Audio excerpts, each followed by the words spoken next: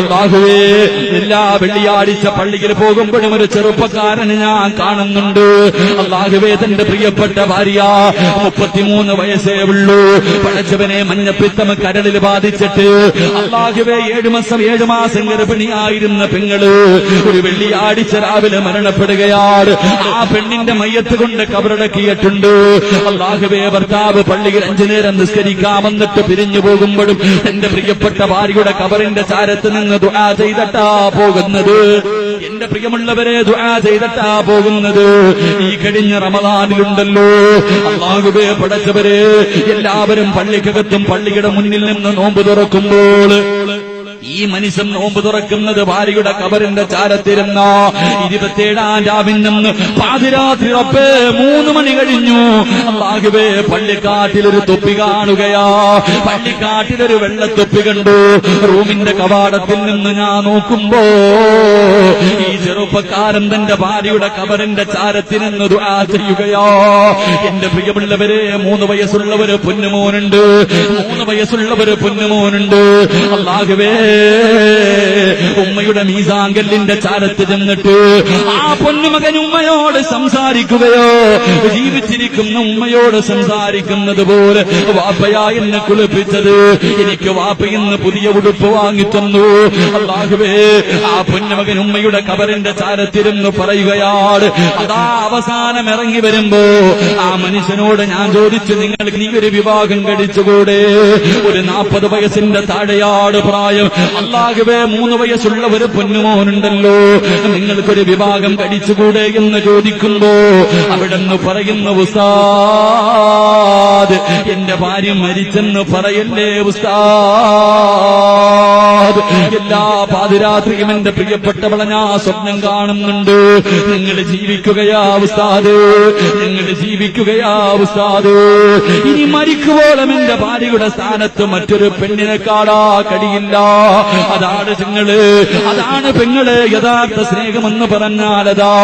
പക്ഷേ ഒരിക്കലും നിന്റെ ഭർത്താവ് അങ്ങനെ പറയൂല.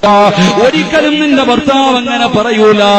കാരണം നിന്റെ ഭർത്താവിന്റെ മുഖത്ത് നോക്കിയിട്ട് നീ പറയുന്ന വാക്കുകളുണ്ടല്ലോ, കുത്തുവാക്കുകളും പരിഹാസവും കളിയാക്കലുമല്ലോ.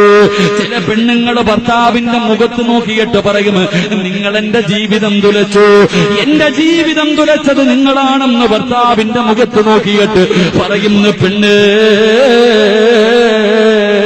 എങ്ങനെ കഴിയുന്നു പൊന്നുമോള്, എങ്ങനെ കഴിയുന്നു പൊന്നുമോള്? നിനക്കൊരു ജീവിതം തന്നവന്റെ മുഖത്ത് നോക്കിയിട്ട് എന്റെ ഭാവി തുലച്ചത് നിങ്ങളാണ്. എന്റെ വീടിന്റെ മുന്നിൽ എത്രയോ കോടീശ്വരന്മാര് വന്ന് കാവലിരുന്നിട്ടുണ്ട്. എല്ലാം തകർത്തല്ലോ, എല്ലാം തകർത്തല്ലോ. നീ അത് പറയുമ്പോ നിന്റെ ഭർത്താവിന്റെ മനസ്സിന്റെ ഉള്ളിലുള്ള വേദന ചിന്തിച്ചിട്ടുണ്ടോ? എന്തേ നീ ഇങ്ങനെ ആകാ കാരണമെന്ത്? എന്ത് ചെയ്താലും പെണ്ണിന് പരാതിയാണ്. ചോറ് വെച്ചാലും കറി വെച്ചാലും തുണി കഴുകിയാൽ പടച്ചവനെ എന്ത് ചെയ്താലും പരാതിയാ, പരാതിവാ. പെങ്ങളെ എങ്ങനെ പറയില്ലേ പൊന്നുമോളെ, അങ്ങനെ പരാതി പറയല്ലേ പൊന്നുമോളെ. നിനക്ക് നിന്റെ മഹത്വം അറിയാതെട്ടാ, നിനക്ക് നിന്റെ പ്രതിഫലം അറിയാതെട്ടാ. അല്ലാഹുവിന്റെ പ്രവാചകൻ തന്റെ പ്രിയപ്പെട്ട പൊന്നുമോൾ ഫാത്തിമ ബീവി റളിയല്ലാഹു തആല അൻഹ എന്റെ പ്രിയമുള്ളവരോട് ഓർമ്മപ്പെടുത്തുകയാ. നിന്റെ ഭാര്യ നിന്നോട് കുത്തുവാക്ക് പറയുമ്പോ, പരിഹസിക്കുമ്പോ, കളിയാക്കുമ്പോ മിണ്ടാതെ നിൽക്കല്ലേ ചെറുപ്പക്കാരാ. പറഞ്ഞു കൊടുക്കാൻ ഒരു കഥ ഞാൻ നിനക്ക് പറഞ്ഞു തരാ. അല്ലാഹുവിന്റെ റസൂലുണ്ടല്ലോ, എന്റെ പ്രിയപ്പെട്ട പൊന്നുമോള് ഫാത്തിമ ബീവി റളിയല്ലാഹു തആല അൻഹ വിവാഹം കഴിഞ്ഞിട്ടൊരു ദിവസമുണ്ടല്ലോ, അല്ലാഹുവിന്റെ റസൂൽ തന്റെ പൊന്നുമോളെ കാണാൻ പോവുകയാ. അല്ലാഹുവിന്റെ പ്രവാചകൻ തന്റെ പൊന്നുമോളെ കാണാ വീടിന്റെ വെളിയിൽ ചെന്ന് സലാം പറഞ്ഞു. വീടിന്റെ വെളിയിൽ ചെന്ന് സലാം പറഞ്ഞു. വീടിനകത്തേക്ക് കടന്നു ചൊല്ലുമ്പോ ഫാത്തിമ ബീവി റളിയല്ലാഹു തആല അൻഹ ആട്ടുകല്ലിന്റെ ചുവട്ടിലിരുന്ന് ഗോതമ്പ് പൊടിച്ചുകൊണ്ടിരിക്കുകയാ. ആട്ടുകല്ലിന്റെ ചുവട്ടിലിരുന്ന് ഗോതമ്പ് പൊടിച്ചുകൊണ്ടിരിക്കുകയാ. അല്ലാഹുവിന്റെ റസൂൽ ചോദിക്കുന്നു, മോളെ ഫാത്തിമ, എന്തുണ്ട് പൊന്നുമോള്, വിശേഷമെന്തെന്ന് ചോദിക്കുമ്പോ റസൂലുള്ളാഹിയുടെ പൊന്നുമോള് കല്ലിന്റെ ചുവട്ടിലിരുന്ന് കരയുകയാണ്. തന്റെ പൊന്നുമോള് കരയുന്നത് കണ്ടപ്പോ അല്ലാഹുവിന്റെ റസൂൽ അടുത്ത് ചെന്നിട്ട് ചോദിക്കുന്നു, മാ തബ്കീകി യാ ഫാത്തിമ, ഉപ്പയുടെ പൊന്നുമോൾ എന്തിനാ കരയുന്നത്? അല്ലാഹുവിന്റെ പ്രവാചകൻ തന്റെ കരളിന്റെ കഷ്ടമാ വയസ്സായ തന്റെ പ്രിയപ്പെട്ട പൊന്നുമകളോട് ചോദിക്കുമ്പോ ഫാത്തിമ ബീവി റളിയല്ലാഹു തആല അൻഹ രണ്ട് കൈയും എടുത്തിട്ട് ഇങ്ങനെ കാണിക്കുകയാ. അല്ലാഹുവിന്റെ പ്രവാചകന്റെ മുന്നിലേക്ക് രണ്ട് കൈയും എടുത്ത് നീട്ടിക്കൊടുത്തിട്ട് പറയുന്നു, വാപ്പാ ഈ അടുക്കളക്കകത്ത് കിടന്ന് ജോലി ചെയ്തിട്ട് ഈ കല്ല് പിടിച്ചിട്ട് എന്റെ കൈ പൊട്ടിയിട്ട് രക്തം വരുന്നു വാപ്പാ. അല്ലാഹുവിന്റെ പ്രവാചകന്റെ പ്രിയപ്പെട്ട പൊന്നുമോൾ രണ്ട് കൈയും കാണിച്ചിട്ട് വാപ്പയോട് പരാതി പറഞ്ഞപ്പോ അല്ലാഹുവിന്റെ റസൂല് പറഞ്ഞ മറുപടി എന്തെന്നറിയുമോ? അല്ലാഹുവിന്റെ റസൂല് പറഞ്ഞ മറുപടി എന്തെന്നറിയുമോ? പാതിരാത്രി ഒരുമിച്ച് കൂടി എന്റെ പ്രിയമുള്ള പെങ്ങള് പഠിക്കടേ പൊന്നുമോള്, ഒരു ചെവിയിലൂടെ കേട്ടിട്ട് മറു ചെവിയിലൂടെ കളയല്ലോ. ഭർത്താവിന്റെ വീട്ടിൽ കിടന്ന് തമ്മിലടിയുണ്ടാക്കി വാശി കാണിച്ചിട്ട് വീട്ടിൽ വന്ന് നിൽക്കുന്ന പ്രിയപ്പെട്ട മക്കള് അടുത്തു പിടിച്ചിരുത്തിട്ട് പറഞ്ഞു കൊടുത്തിട്ട് തിരിച്ചു പറഞ്ഞുവിടണം പൊന്നുമോള്. അല്ലാഹുവിന്റെ റസൂൽ എന്തേ പറഞ്ഞതെന്നറിയുമോ? എന്റെ പ്രിയപ്പെട്ട പൊന്നുമോള് ഫാത്തിമ ബീവി റളിയല്ലാഹു തആല അൻഹ അടുത്ത് വിളിച്ചിട്ട് അല്ലാഹുവിന്റെ റസൂൽ പറയുന്നു, ഫാത്തിമ മോളെ ഫാത്തിമ,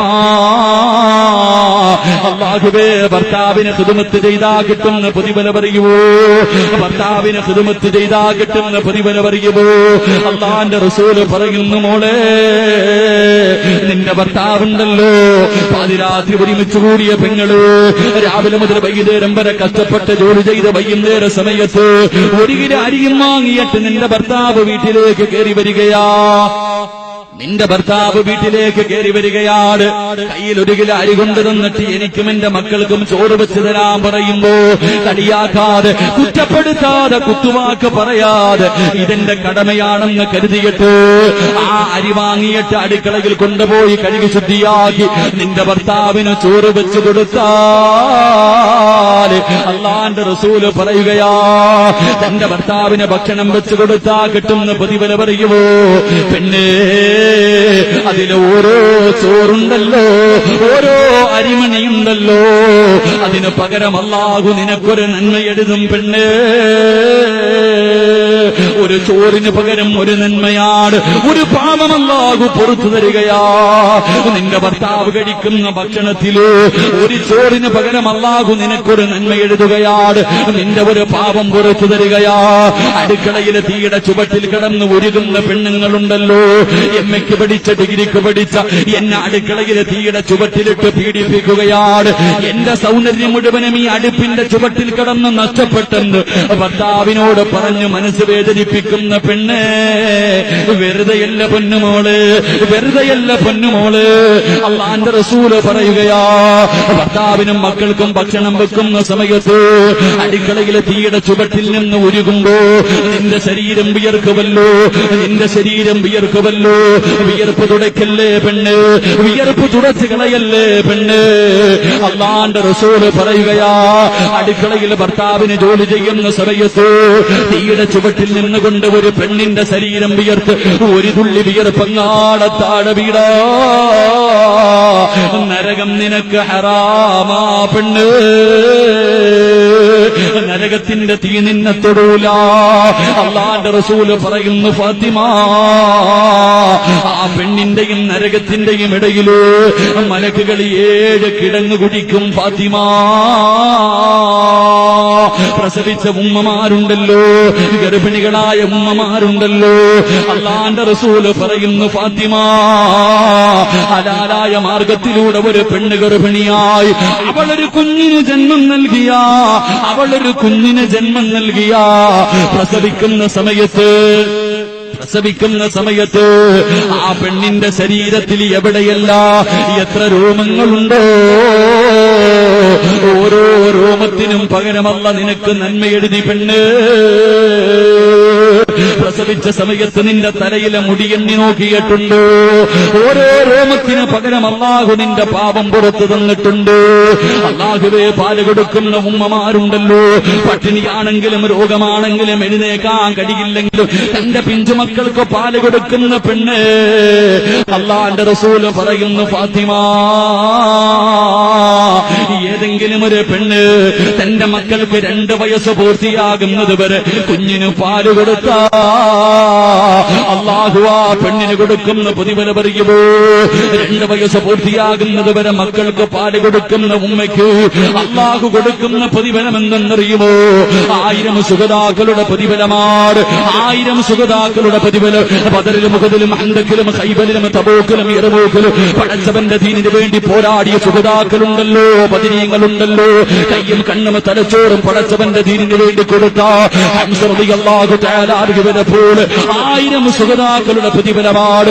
മക്കൾക്ക് 2 വയസ്സ് പൂർത്തിയാകുന്നത് വരെ പാല് കൊടുക്കുന്ന പെണ്ണിന് കിട്ടുമെന്ന് അല്ലാഹുവിന്റെ പ്രവാചകന് പറഞ്ഞു തരുന്നു. പാതിരാത്രി ഒരുമിച്ച് കൂടിയ പെങ്ങള് ഭർത്താവിന്റെ തുണി കഴുകാൻ മടിയാ, ഭർത്താവിന്റെ വിയർപ്പ് കഴുകാൻ നിനക്ക് മടിയാണല്ലോ. അള്ളാന്റെ റസൂല് പറയുകയാ, ഭർത്താവിന്റെ ഒരു ജോഡി വസ്ത്രം കഴുകി കൊടുത്താൽ, ഭർത്താവിന്റെ ഒരു ജോഡി വസ്ത്രം ഏതെങ്കിലും ഒരു പെണ്ണ് കഴുകി കൊടുത്താ അള്ളാഹു അവൾക്ക് കൊടുക്കുന്ന പ്രതിഫലം എന്തെന്നറിയുമോ? 100 പാവപ്പെട്ടവർക്ക് ഒരു നേരത്തെ ഭക്ഷണം കൊടുത്ത പ്രതിഫലം അവൾക്ക് എഴുതുമെന്ന് നബി മുഹമ്മദ് മുസ്തഫ സല്ലല്ലാഹു അലൈഹി വസല്ലം. ഭർത്താവിന്റെ തുണി കഴുകിയ ഇവിടെ ഭാര്യ